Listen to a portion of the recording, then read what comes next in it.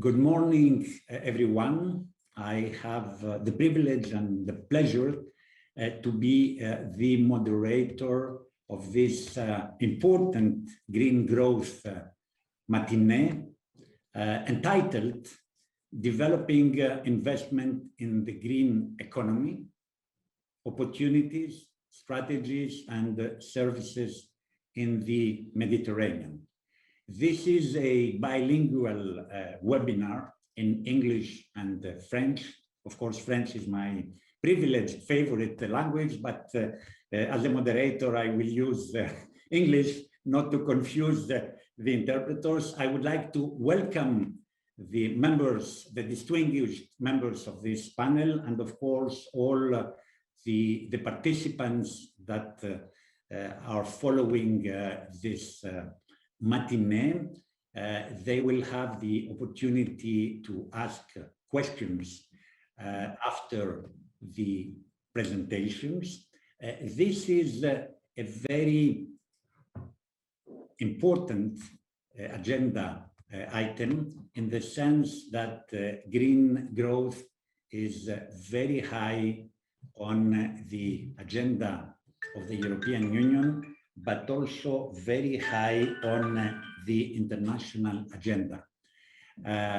It is connected to the Green Deal of the European Union and to the climate law. The Green Deal and climate law have an international dimension. They apply not only within the 27 member states, but also in the neighborhood policy countries and in the Western Balkans countries that have a European perspectives. It is connected with the climate diplomacy of the European Union and of the Union for the Mediterranean. And of course, it is becoming the first priority as climate and circular economy will be discussed in the upcoming COP26 in Glasgow from the 1st to the 12th of November this year. Therefore, our matinee and your presentations will be extremely important in the sense that they feed into the discussion and into the preparations for the implementation of the Green Deal in the broader Mediterranean region, but also for the preparations of COP26. And in that respect, the financing is extremely important. Financing will be part of COP26.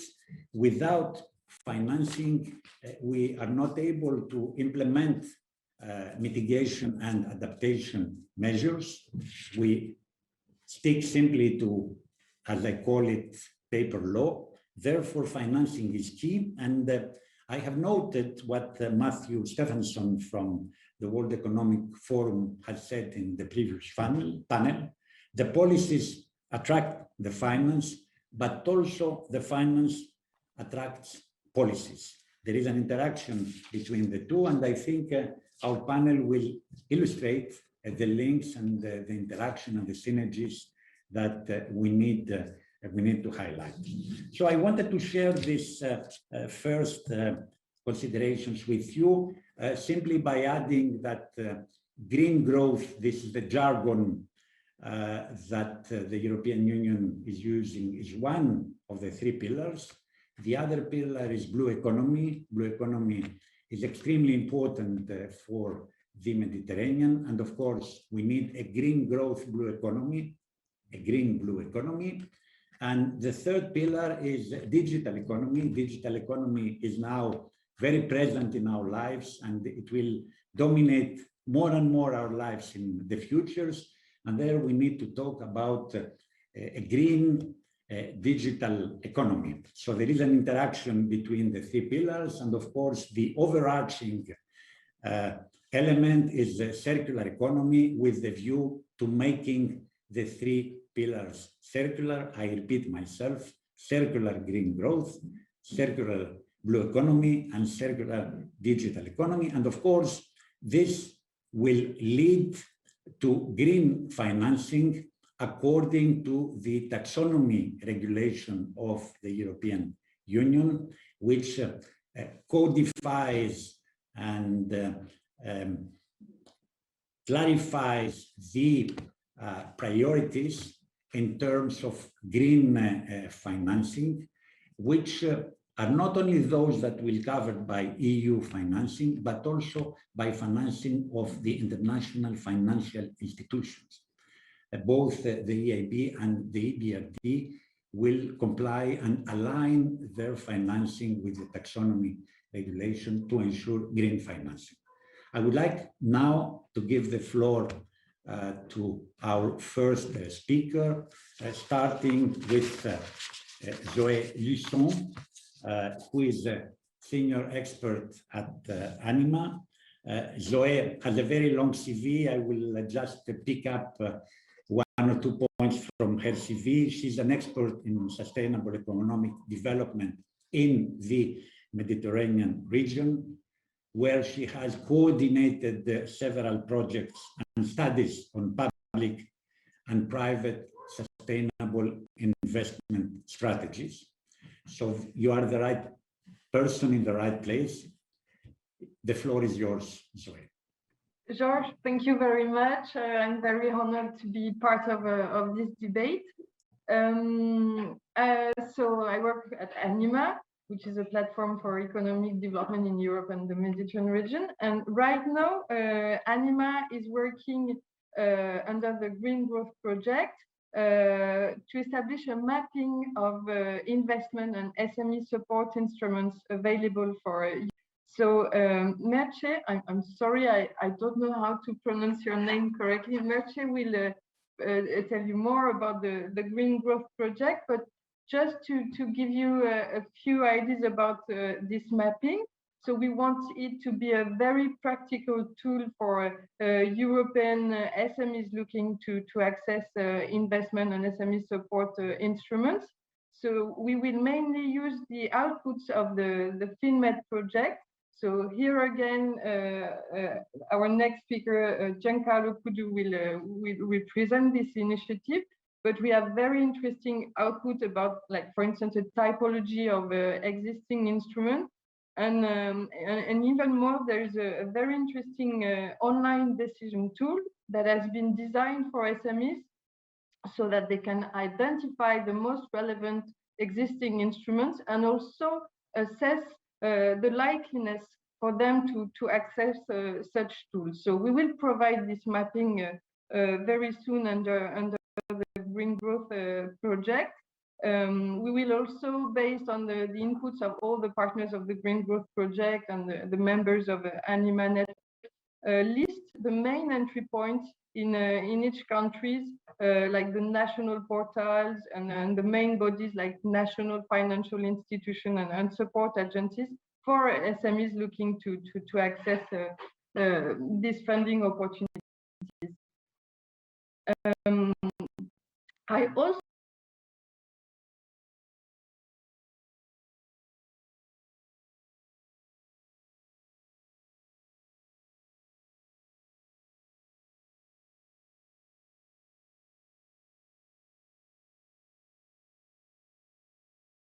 you may know, ANIMA created an observatory to monitor investment and foreign investment trends in the Mediterranean. This observatory is labeled by the Union for the Mediterranean. So I would like to highlight two major facts based on the trends monitored by this observatory. First, in terms of sector, a lot of attention to sectors of green growth, and the trends are, I must say, quite positive regarding investment projects in green growth sectors. So, as you may know, in the Mediterranean, investment trends have investment inflows have risen a lot in the 2000s, and there was a halt in 2009 with the financial crisis and other economic or political crisis that occurred in the region afterwards. But what's interesting to see is that this halt in the rise of investment didn't affect the green growth sectors. So that was really clear in Hicham Boudoua's presentation. You saw that there are major investments in the renewable energy sector in Morocco, but we can see also very positive trends in other sectors contributing to green growth, like agri-food and also transport and logistics. So this really highlights that opportunities are here. The second fact I wanted to highlight is the approach we developed about local impacts of investment, because green growth is not only about green sectors per se. It's also about greening the economy. It's also about improving investment projects in any sectors. So on this dimension, we have to say that the picture is bleaker. When you look at a map of investments in the Mediterranean region, you can see that the projects are really concentrated in cities and in coastal areas, and that whole regions are left apart. You can also, we have an indicators of job creation per million euro invested. You can see that the job creation is far below what we could expect, and also the creation of qualified jobs. And finally, the cost, the environmental cost of projects, their consumption of natural resources is still high. So that's why at ANIMA, we decided with our partners to develop a rating methodology to assess the local impacts of investments in green growth sectors and in any sectors. It's a really practical, easy to use tool. You can use it in a public agency. You can use it also if you are a private investor, and you will assess the impact of the project in terms of economic spillovers, environmental impact, etc. And we think this is a very, very important approach, that it will allow public authorities to select the best project to be implemented in the light of their contribution to sustainable development for public investments, but also it can help to negotiate with private investors, and finally also to scale up the public support given to private investment, because as you may know, in the Mediterranean region, a lot of public money is also used to incentivize projects. So of course, this public money should benefit to the more effective investment project contributing to sustainable development. That was a short introduction to the debate. Thank you. Thank you very much, Zoé. Merci beaucoup. On time. Okay, great. Which is important for a moderator. I wanted to say that the SMEs tool, which is the FinMed Interreg project, is extremely important as SMEs are key in our region, and we need to promote, this is my jargon, circular SMEs, SMEs that will comply with circular economy, and we will promote circular economy patterns. That's extremely important, and which will create green jobs, because you have referred to the jobs. I think we need qualitative jobs, green jobs, and we need this qualitative approach to which you have referred in the context of green growth. Not every project can be eligible. Only projects that promote green growth and have a low environmental, energy, and climate footprint. So there is a proofing exercise that needs to take place. This is linked also to the taxonomy regulation to which I have referred, and it is important that you have referred to the selection criteria that need to be there to identify the projects that need to be promoted. I was in charge of the Environmental Impact Assessments Directive and the Strategic Environmental Assessment in the European Union for many years. You can assess even projects that have harmful effects. You assess them and you try to mitigate them, but this is not what we are trying to promote. We are now trying to promote projects that will have a beneficial contribution in terms of protection of the environment and in terms of climate mitigation and adaptation. Thank you very much. As you have referred to Giancarlo Puddu, I would like to give him the floor, and then I will give the floor to Andrei, as there is a connection between your two presentations. Giancarlo, you have the floor, 7 minutes, starting right now. Hello, everyone. I'm very honored to be in this panel. Of course, for me, it's a very important meeting because we are addressing all the themes, all the reasons why we developed such kind of tool inside this very important European project, FieldMed project tool. So let's start from the money, because at the end we are talking about investment and money. Just to say, usually in my job, cash is the king. Well, honestly, give a process identification, even if only about Europe, how much is the amount of investment and the instruments that can be eligible for give resources to SMEs, but not just only them, for develop their project in green growth is very complex, it's very difficult. That's why the COVID pandemic, moreover, has dirtied, or in certain sense, some forecast trends and timely collection of the data has so produced a situation difficult in this moment, but also when we start to develop in the tool. It was not yet COVID pandemic, but we are handling many systemic crises, like we can also consider pandemic. Not just this, in order to have a good taxonomy of the instruments, also the good, important eco of green that conquers a lot of panels, topic and policies, with its presence pervasive, not so easy to understand exactly and immediately. We're talking about that many things are born green, they became green, also about instruments. So given a correct landscape about this is not so easy.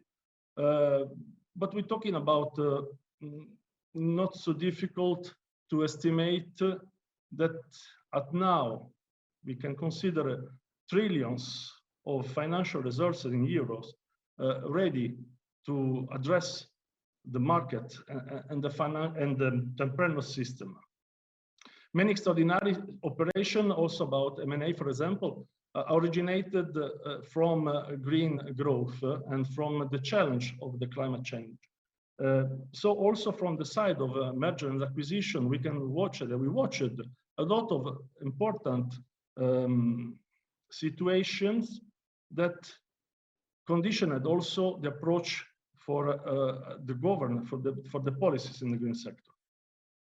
Well, on the end, United Europe is absolute protagonists with the growing endowment of funds for the green growth. On the other hand, also companies strongly linked to the fossil energy sector have begun to carry out, as I said, M&A operations, but also spin-offs. So many times when we face in front SME, we are not just typical spin-off with the very greatest idea.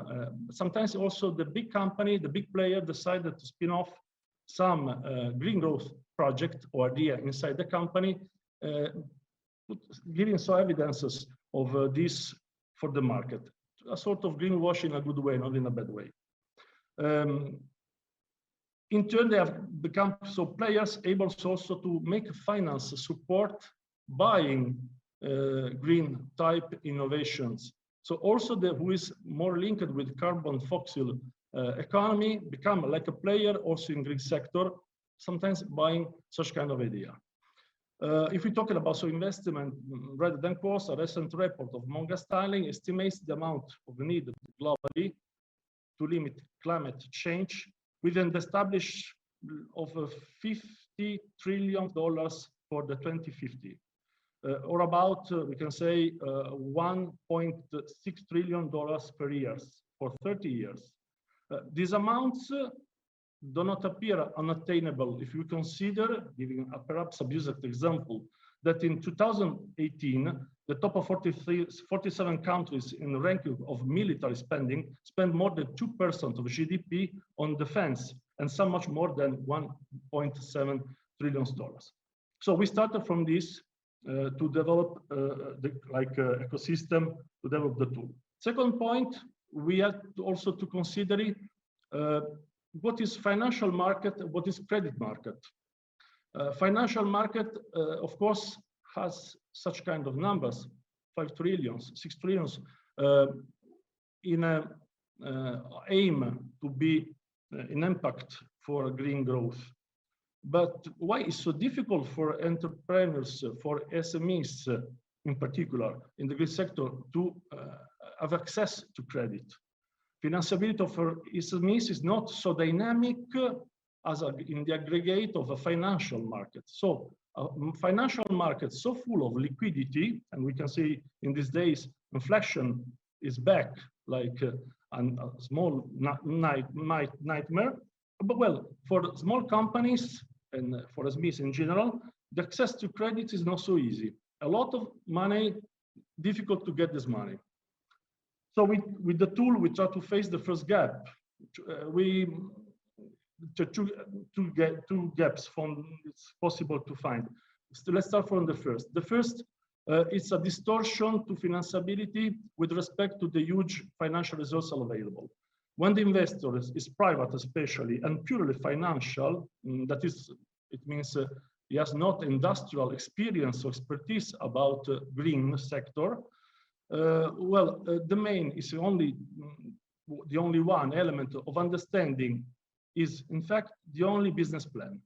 The only way, common table where a potential financial investor want to speak with the SMEs or the entrepreneurs is the business plan. And usually without guarantees to hedging their investments, such kind of financial operators may see investment risk too high. That's why many times companies, especially with traditional financial system, bankery in particular, find a very difficult approach, because the only way to have a rapport with them, except with the support of support organization and cluster, is the business plan.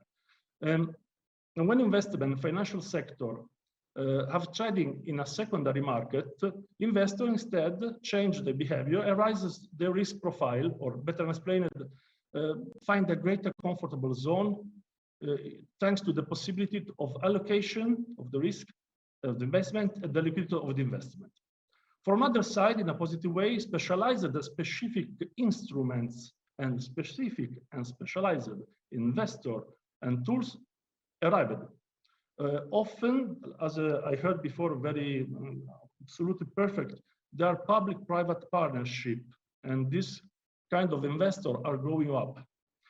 These specialized funds born with skills and investment objective in the green sector, so they have the expertise, and we can say they're born green-oriented. But all the other part of the financial market, the credit market, is not. It's not rare that the public-private partnerships that leverage risk capital provided by public institutions with additional private capital to sustainably increase investment volumes to region and sector that do not normally attract such flows. They are not in the radar, and which kind of investor instead are interested about. So let's consider an important trend specific for the private equity, and we will see later, and not so far, what's the role of the private equity inside the financial and green sector. One trend that became more pronounced in 2020 was increasing of specialization of fund managers into verticals where they have developed deep domain expertise exactly in green sector.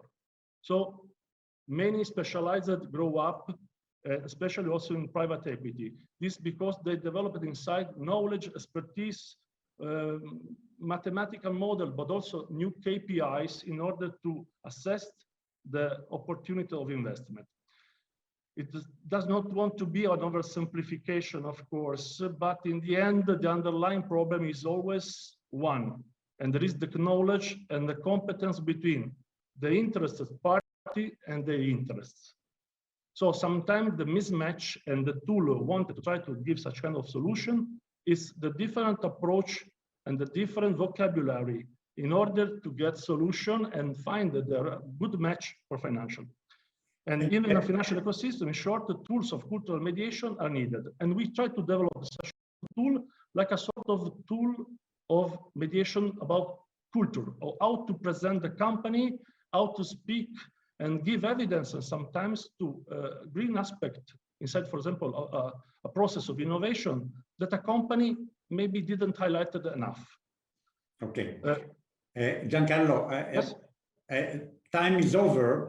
Okay. So yes, I think you will have the chance to take the floor again. Perfect. In the context of the discussion, Giancarlo is senior advisor of the University of Turin, and he's the FinMed team leader. So he has spoken en pleine connaissance de cause, if I may say so, and you have provided figures and an important flow of information.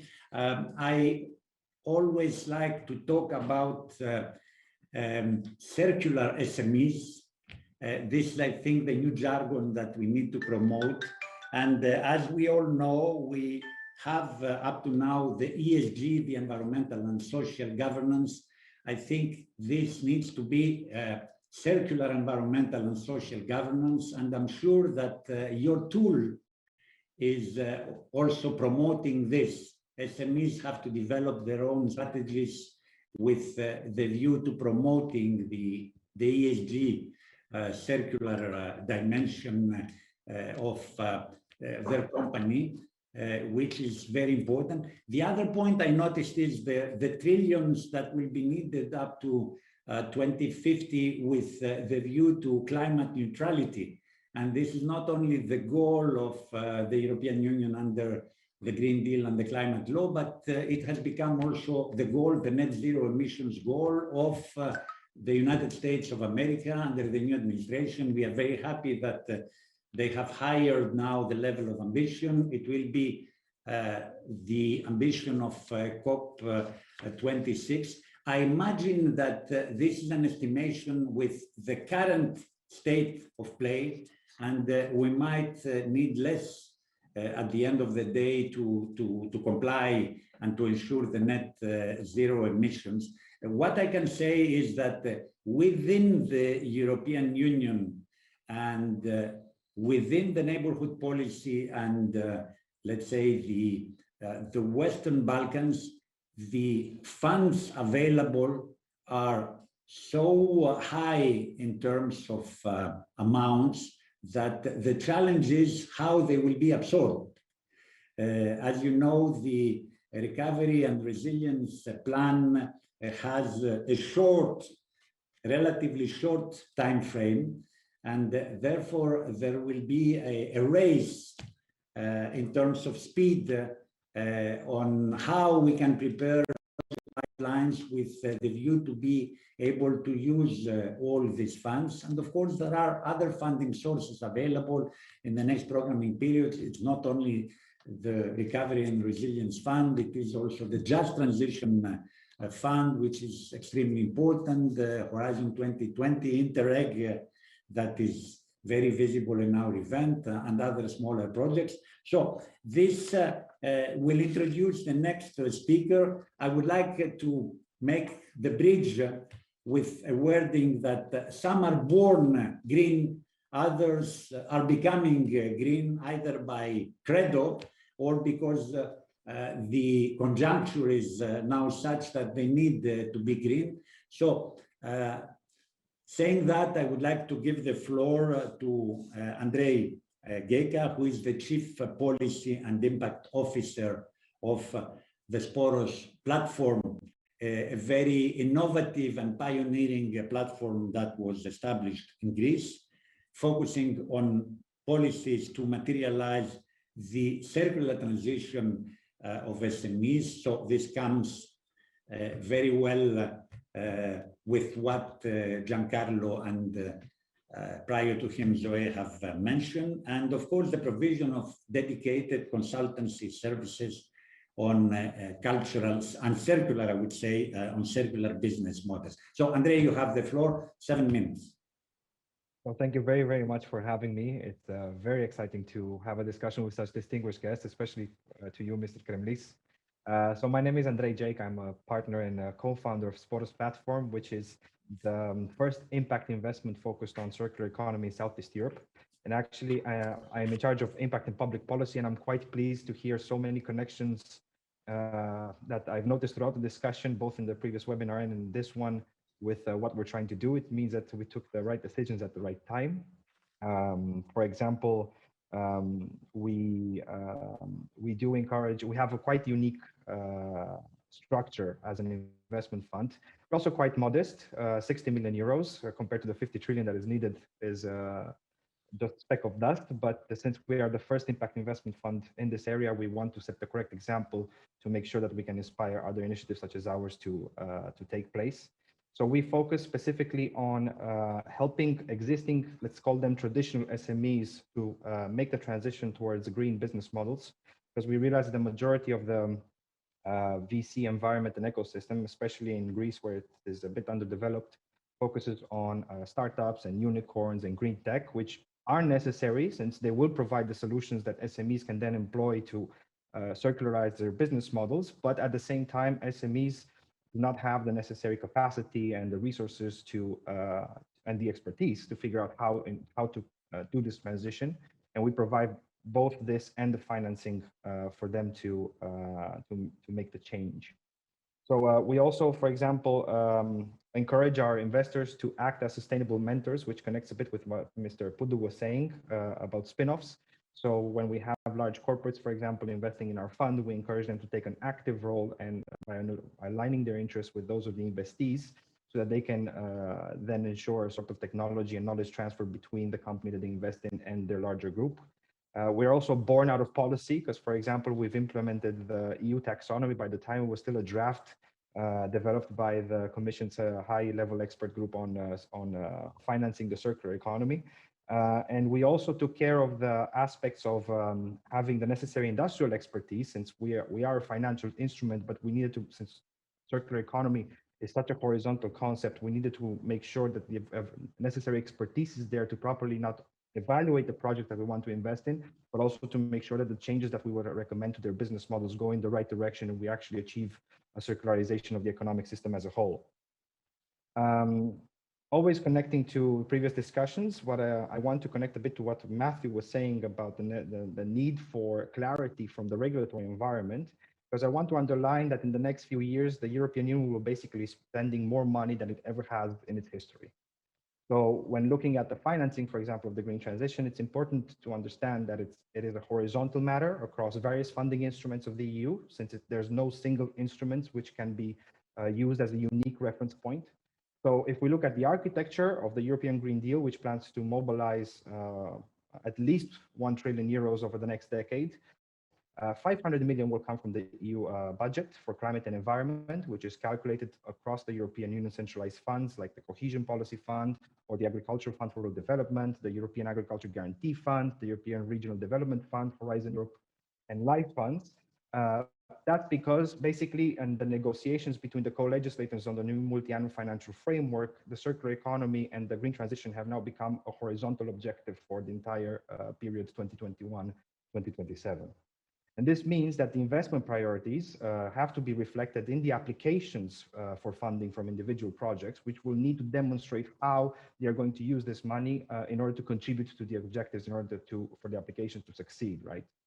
So connected to this, there's also the co-investment from national governments, which needs to reach around 114 billion euros over the same time frame.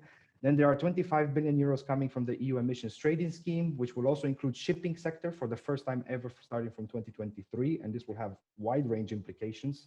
And this money will go inside the innovation and modernization funds, which is money that will then be used specifically by low income member states. Then there is a just transition mechanism that Mr. Kremlis already mentioned, which will mobilize at least 100 billion euros in investments to support workers and regions that are most impacted by the transition, and the use of the EU budget as a guarantee for the EIB group to leverage around 280 billion euros for higher risk projects.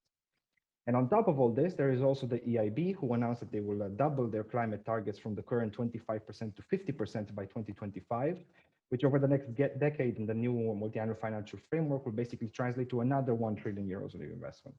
And then there's also the famous Recovery and Resilience Facility, which is financed for the first time by European public debt, which is a monumental shift in the European project. As you remember well, the harsh resistance to the so-called Eurobonds during the Greek crisis. And this shows how much political will there is both in Brussels and in national capitals to see this green transition happen. Now, all this sounds great, and this is the point that I wanted to make, but there are still a lot of unknowns when it comes to how this money will actually be dispersed, because we have a lot of missing delegated and implementing acts, for example, and these can be as difficult to negotiate as the regulations and directives are.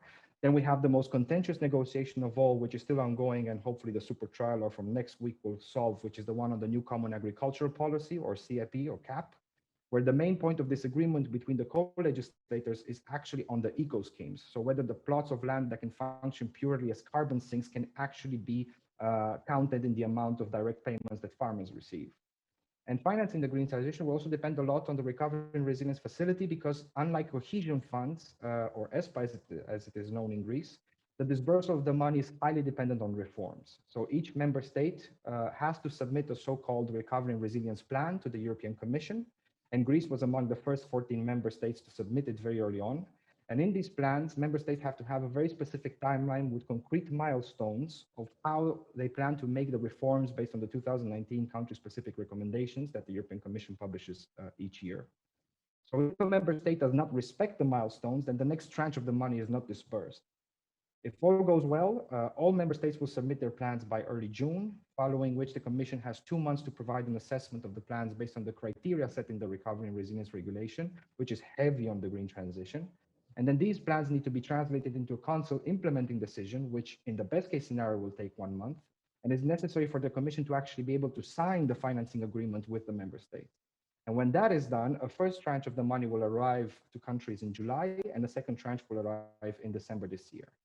So yes, there is a historic opportunity in terms of financing the green transition, but at the moment, there is still not enough certainty as to how all this will eventually materialize on the ground. Over the next 2 years, however, I think that all these issues will be ironed out. So my advice, or let's say the best case scenario, would be for companies and projects to start preparing already now based on what is known, especially the EU taxonomy, the criteria and the Recovery and Resilience regulation, and so on and so forth, so as to be able to reap the benefits of this once in a generation opportunity. And for private investors at the same time to start rearranging and reconstructing their portfolios with new investment opportunities. And I'm going to say in a self-promoting way, like the ones offered by Sporos platform, as they come with tailor-made solutions that can leverage this historic availability of public money and offer the opening that they need in this green transition. And obviously, I will conclude here. I do not want to take more time. I'm very much looking forward to the discussion. As previously before me, there were quite a lot of interesting points that were raised, and I would very much like to discuss those. Thank you very much. Thank you very much, Andrei, for this very informative, as usual, presentation. We have the privilege to have often Andrei in our panels.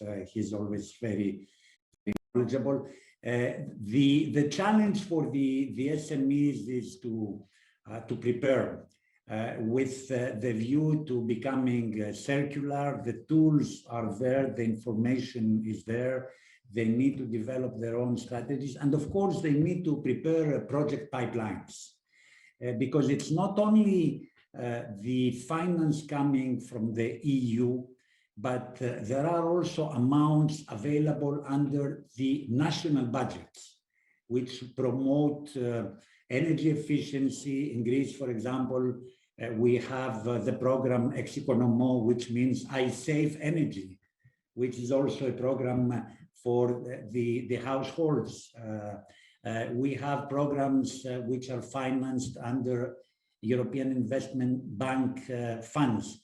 And of course, it is important that Andrei has referred to the taxonomy regulation.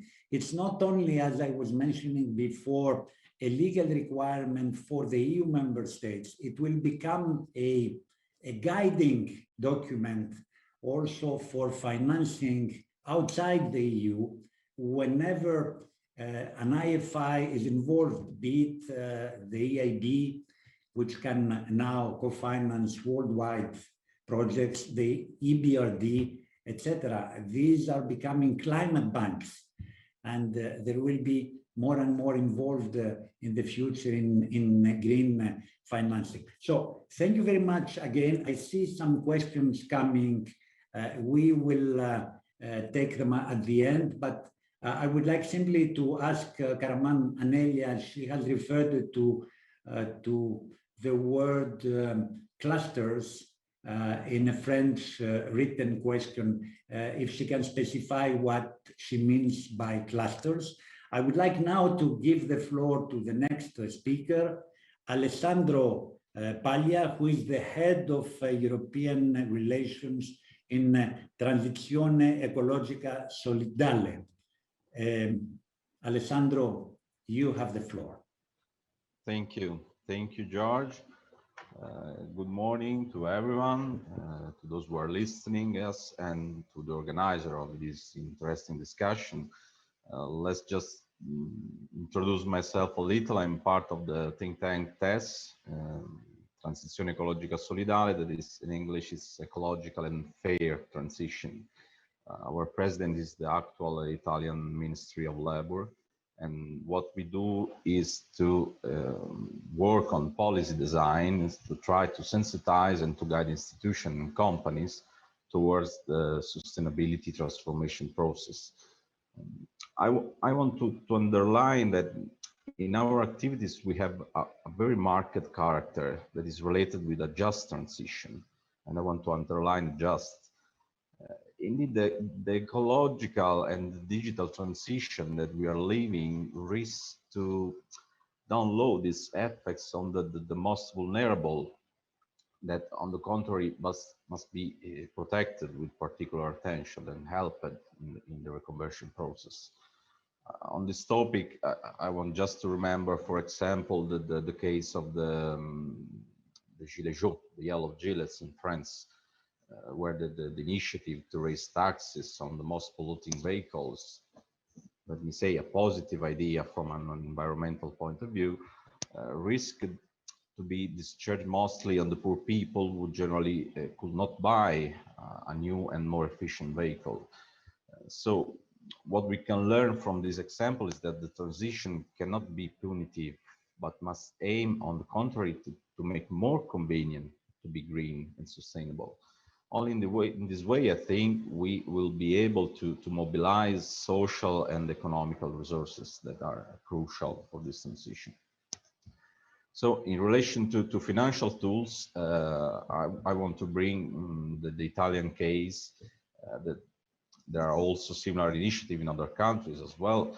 Anyway, in our countries, what we had in the past was a high public debt, and so this was really a big limit for our capacity to have public maneuvers. On the contrary, from the other side, we had one of the highest private money saving level among Europe. So to take advantage from this situation, to mobilize private financial capital for the purpose of the transition, a tool that is having a great success now is the 110% tax credit for the owners who improve efficiency of the buildings. That cost now can be fully deducted from taxes in subsequent years. And this has also led to the activation of credit transfer mechanism to financial institutions, which are the subject that in the reality are financing now the renovation of the private buildings. So few minutes are really few to describe a situation that is very complex challenge, but I'm interested just in paying attention to some fundamental issues that will be central, I think, in next year for the whole European community. The first topic that I want to underline is the global dimension of phenomena. In last year, we are managing phenomena that are gradually increasing their global nature, like pandemics, like financial crisis, climate crisis, climatic and economic migrations. So national borders are no longer enough to describe problems and to govern them. I think this is now clear to everyone. So what we have to ask to ourselves is what kind of tools we need to answer and manage this situation in the future. The European dimension has an important critical mass, but it must be equipped with instruments and power, I think, that will be able to have a real and effective impact. Since we are talking about financial needs from Greek growth, we cannot fail to mention the importance, for example, of the Next Generation EU will have in the financing the transition. Just think that 40% of the budget is dedicated on this specific topic. However, a lot of success will be linked with, I think, with our capacity and speed of implementation of the projects. I'm referring in particular to the authorization process. In Italy, for example, we have to multiply our installation rate of wind and photovoltaic power plants by 5 next year. And it's really a lot. It's really a big deal. So there isn't, I think, at the moment a problem of financial resources availability. Also because renewable energy is now cheaper than fossil fuels, and there is a strong interest to invest on the private side. However, if we take years to authorize the construction of new plants, we will never be able to reach the EU objective to reducing emission by 55% by 2030. In this sense, I believe that thinking about the ability to make stable next year these common financing tools, I'll say before, in the instruments in the European Union, can greatly increase our ability to respond to these global challenges. The second topic is the interdisciplinarity. So the really mixed dimension of the phenomena. In our case, the ecological, the digital transformation is a complex question with the implication that we are still struggling to understand in the real dimension. Just think for a moment of the job sector and the manufacturing dimension. In a classical heat, just take this example. In a classical heat engine car, there are over 1,500 basic mechanical components, while in an electric motor, we have something like 100 basic components. So the question is, what will happen to the workers in the automotive sector? This is evident that the transformation of products will determine a strong need for a conversion and redistribution of the workforce. So the ability, I think, to design a long life learning process for workers, to imagine regulatory and financial instruments that will be flexible, but also able to manage the complexity of the period that we are living, will be something crucial. Last point, really fast, is the third point that I think is crucial, is the centrality of the Mediterranean dimension from a commercial, geopolitical, and energetical point of view. The Mediterranean is not only an internal sea, it's something more. It's an energy hub. Over 20% of the world commercial traffic passes through it.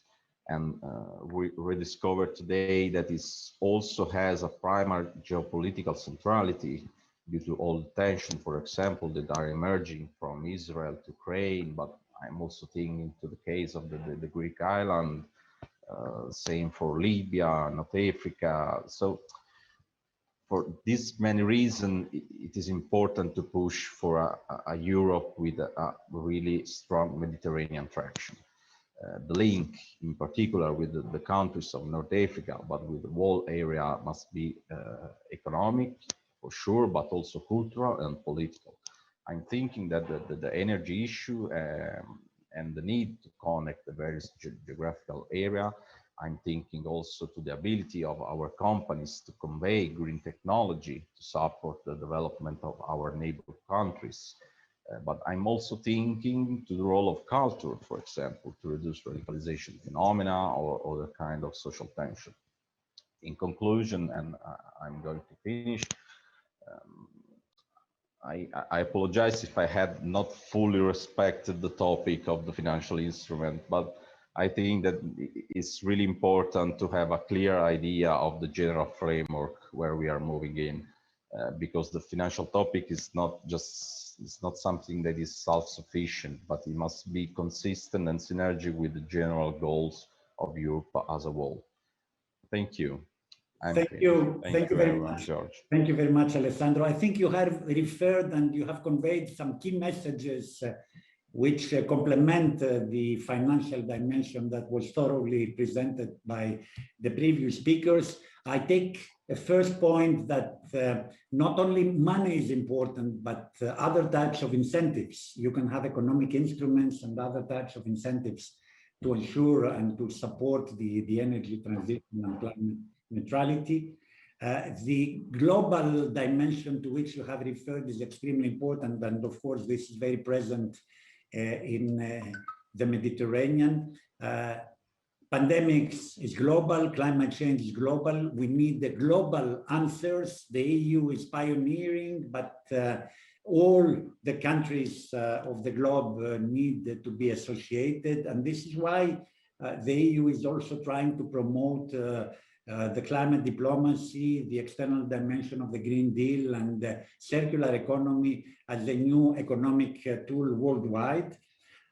You have referred to renewable energy sources, extremely important. There is a clear problem as regards social acceptance. I don't know what is the reaction in Morocco, but in my country, there are strong social acceptance issues because of the protection of the landscape.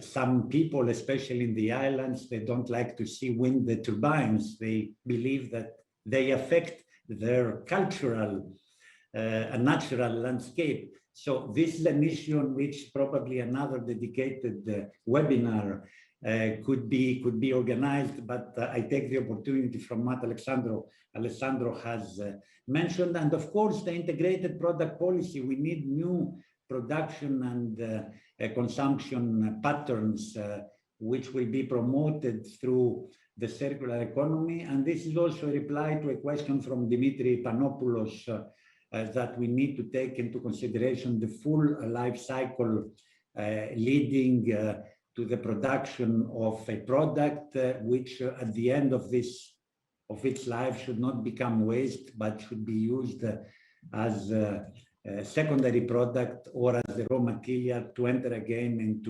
into the circular economy. I would like now to give the floor to the last speaker. Of course, Hisham is most welcome to take the floor during the questions time.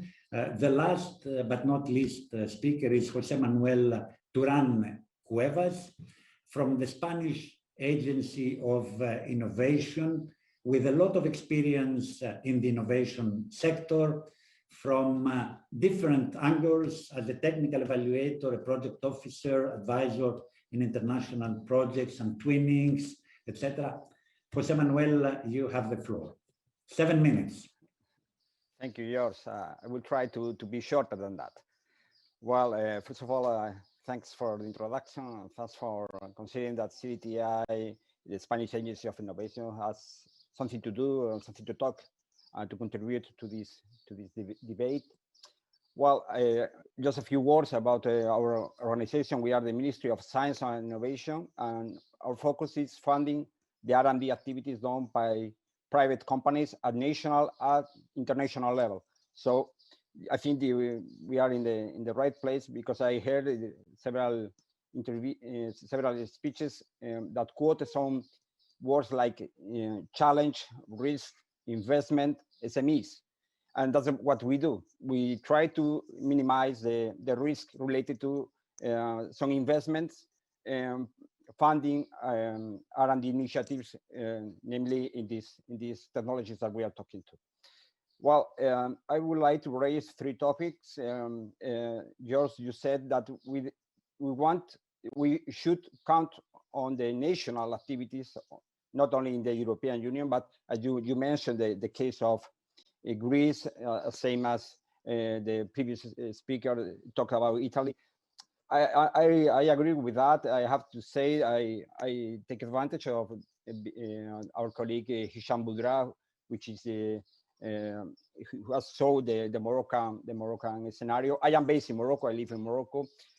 For instance, with the Spanish Agency of Innovation, we have an agreement with the Moroccan Ministry of Energy, namely with IRESEN, which is the funding agency for R&D activities. And I say that to highlight the importance of this topic at bilateral level. In the last 3 years, we have received 40 proposals between Spanish companies, Moroccan companies, and Moroccan and Spanish universities and research centers to work in sustainability, renewable energies, nexus, water, and renewable energies, agriculture, electrical mobility, green economies. So this is a topic, this is a trend, and bilateral action is quite important. The second topic that I would like to raise is, although I have just highlighted the importance of the national initiative, I really think that the main strength that we can use or tackle these challenges are international cooperation. When I mean international cooperation, not only in terms of investment, but in terms of technological cooperation. For instance, this year we have the first initiative of RIA from the European program named Leap Green, where there were close to 80 funding agencies from Africa and from Europe supporting this kind of initiative, not only in funding R&D initiatives, but working in capacity building, which is also a key subject to face the challenges that both continents we are facing, right? And finally, that's why I try to be short. I am one of the spurs of the Union for the Mediterranean, which is working in defining the pathways in several key technologies that are affecting both continents or the Mediterranean region, like renewable energies, climate change, and the health issue. And considering that this event is hosted also by and supported by the Union for Mediterranean, I would like to say that we are working in an initiative that experts from both continents are trying to define which is the following steps that we should cover in the following years to tackle these challenges from both points of view. We are not talking about transferring knowledge from Europe to Africa and the opposite way. We are talking about cooperation. We are talking about working together to change the current situation. Right now, we have a key example like is PRIMA. No? PRIMA is a R&D initiative involving 19 countries from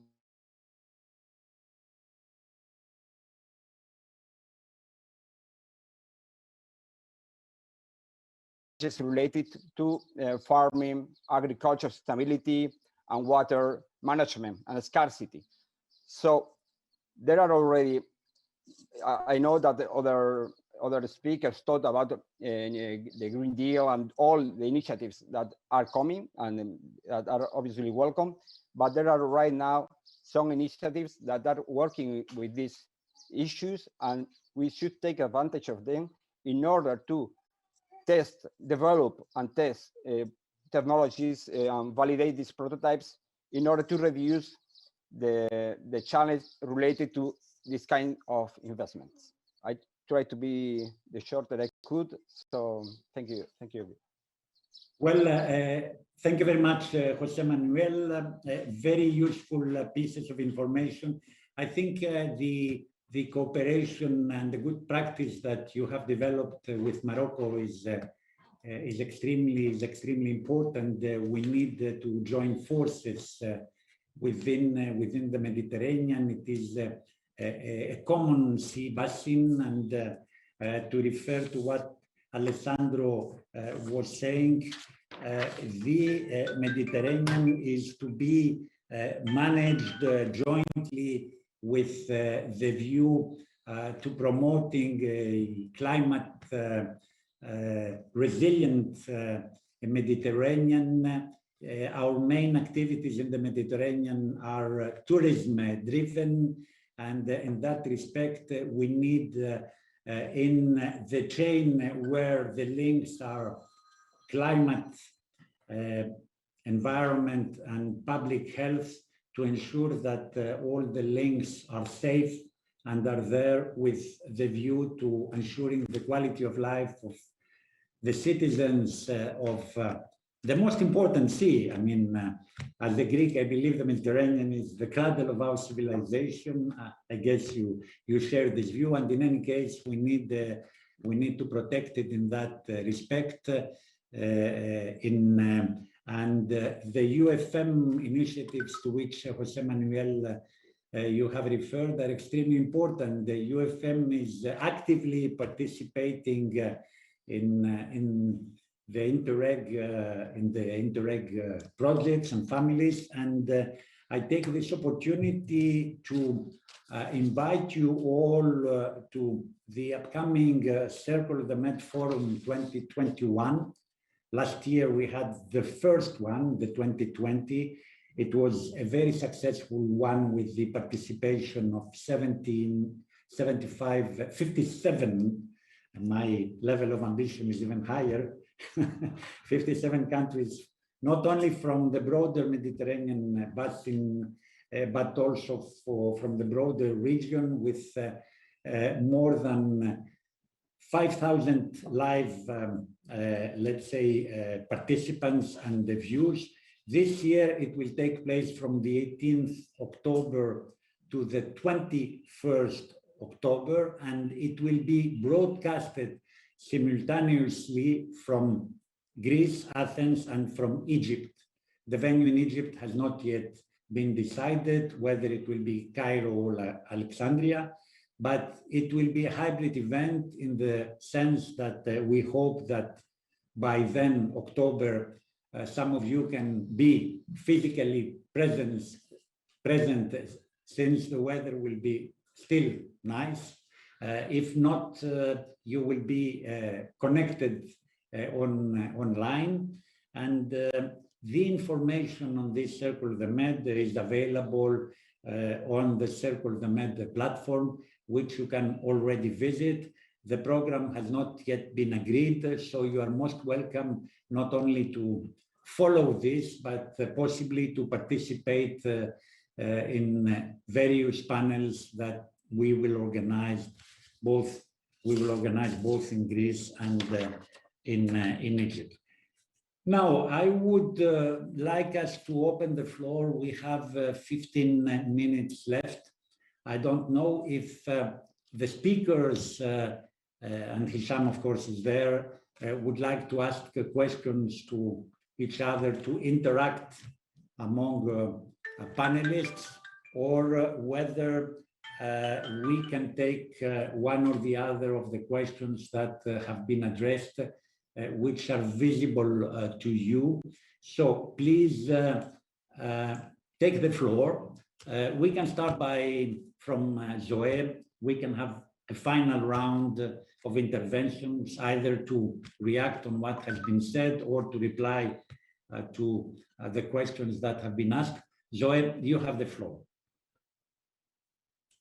Thank you very much, George. I can maybe really support the two comments we have in the discussion about the role of clusters.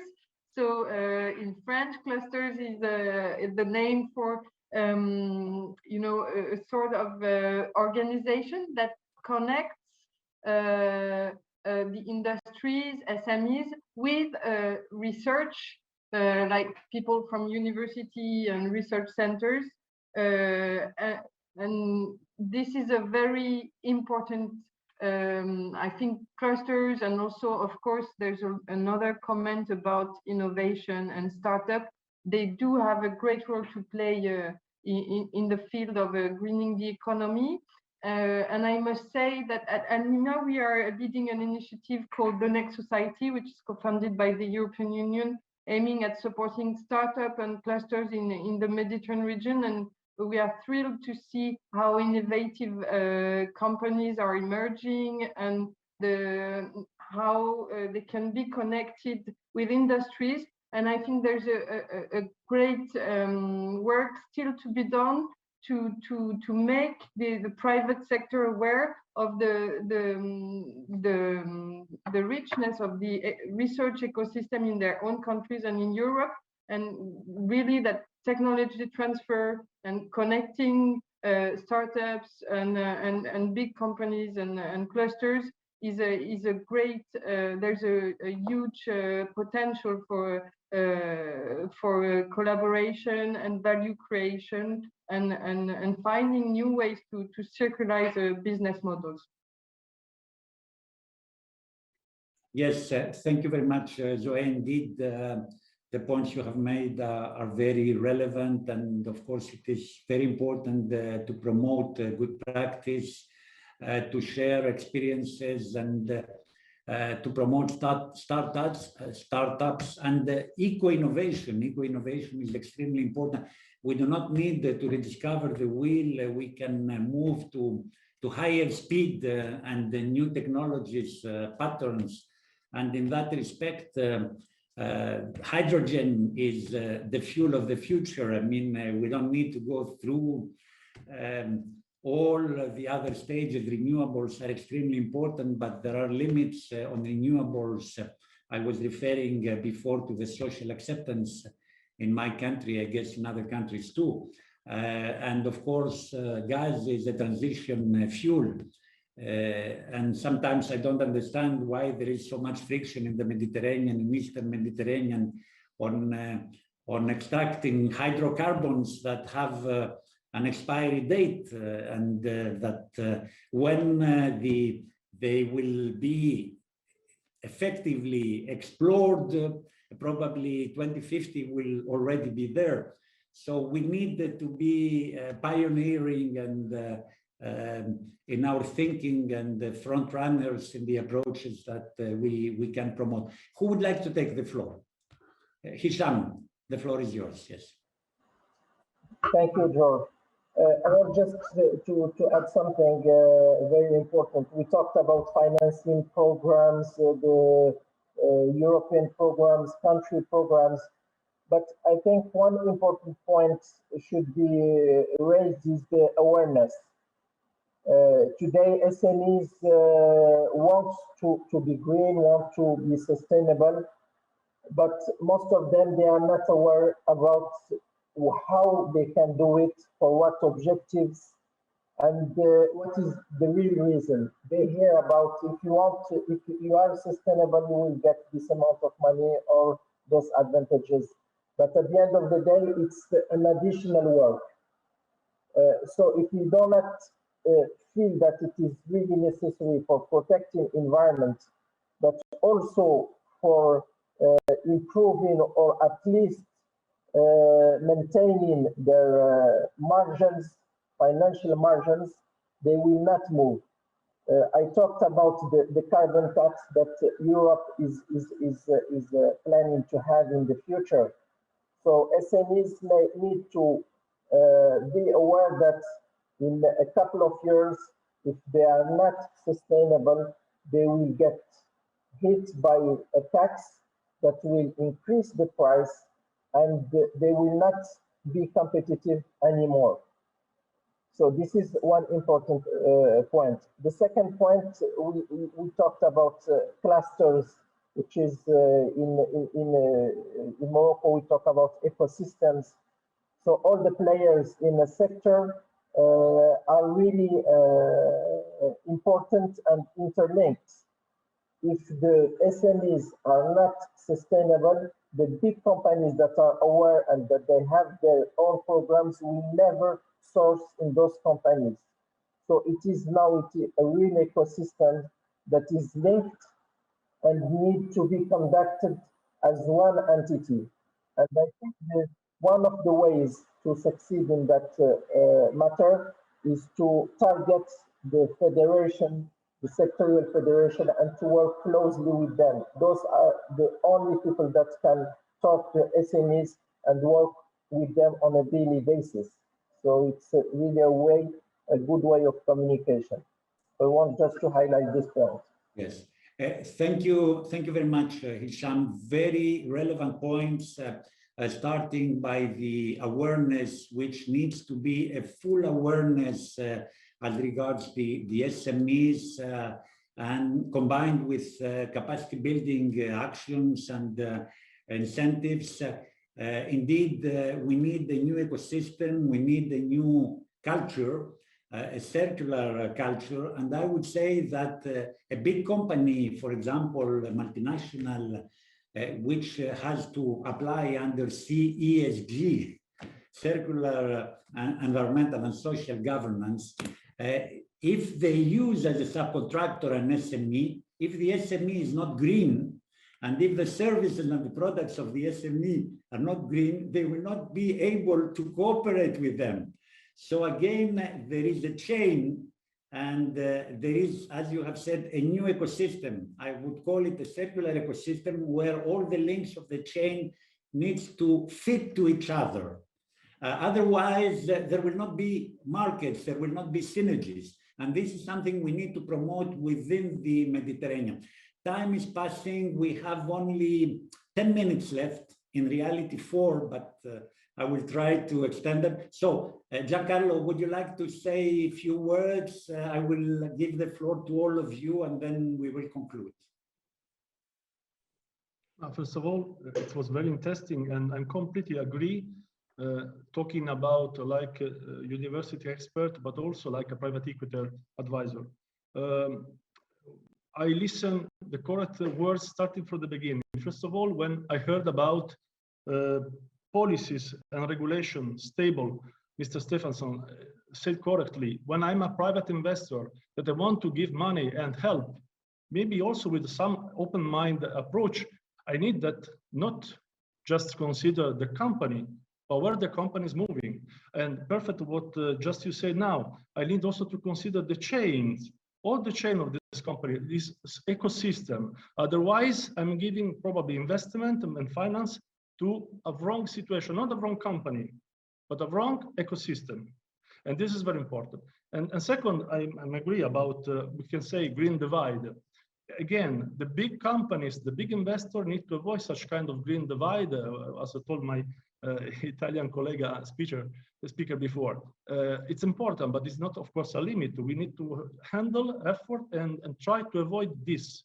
And this is, of course, again, policies and again, good practices. That's why cluster is very important intermediate of culture, the awarenesses, and then culture and knowledge, like I said before. Thank you. Thank you, Giancarlo. José Manuel, would you like to add something?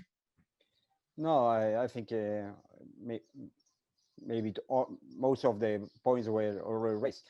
I just wanted to add that when we talk about investment, we should complete this idea not only in terms of profitability, but in terms of impact. What we are looking with this investment, what is the benefit not only for the promoters of the investment, but for the societies. We are talking about threats that are threatening the societies in both sides of the Mediterranean area. So we should complete the profitability aspect with the impact, how these initiatives could help and could improve the life conditions of the people who is living there. Mm-hmm. Thank you very much. Yes, thank you very much, José Manuel. Very relevant point. Again, this is the qualitative approach and the added value of the investment in terms of general interest, in terms of protection of the quality of life of the citizens and of the environment. Yes. Andrei, you have the last word as our other speakers have left, and then we can close. Yes. I think that what I appreciated the most out of this discussion is such an emphasis on SMEs, because most of you know, and but probably the general public in general is not so aware of the fact that 99.8% of the entire EU economy is made up of SMEs, and the vast majority of these employ fewer than 9 people. So when it comes to financing the SMEs, it's not enough to just give them money because they will not know what to do with it. So that is why we in Sporos platform, when we started our endeavor, we had the objective of materializing a circular economy. So when we asked ourselves, what can we do to materialize the circular economy? We discussed money. Money for the SMEs and money for the investors. But in order to make all this happen, it's the links that all of you are talking about. So that's why we signed 17 MOUs with research institutions and accelerators and incubators in order to come up with the technological solutions necessary for SMEs to transition. We also encourage our investors to become sustainable mentors for knowledge transfer. And we also try to do a lot of awareness raising through various events like roundtable on sustainable financing, the Athens Circular Forum that we organize also this year.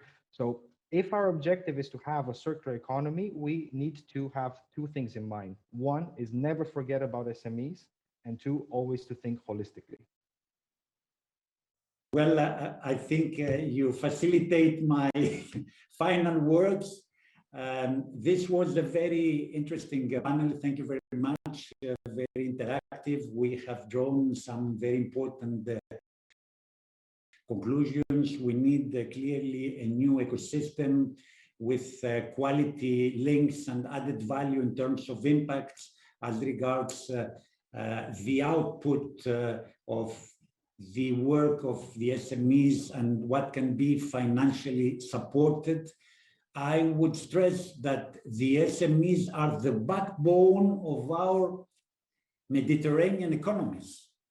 And they can occasionally work as subcontractors of multinationals. They need to operate in this new ecosystem of circular environmental and social governance that we need to promote. Awareness raising is extremely important. And the points made that simply giving money without a clear strategy, without a clear qualitative added value is not only wasting the money, but possibly undermining the general interest that we want to promote and serve. Therefore, it is very important to work and to share these ideas on how the SMEs can become circular, how Interreg and all the tools that you are promoting can help them in that respect, how the awareness, and I would say a holistic awareness, needs to be further promoted, supported, and financed, because the financing of awareness actions is also extremely important.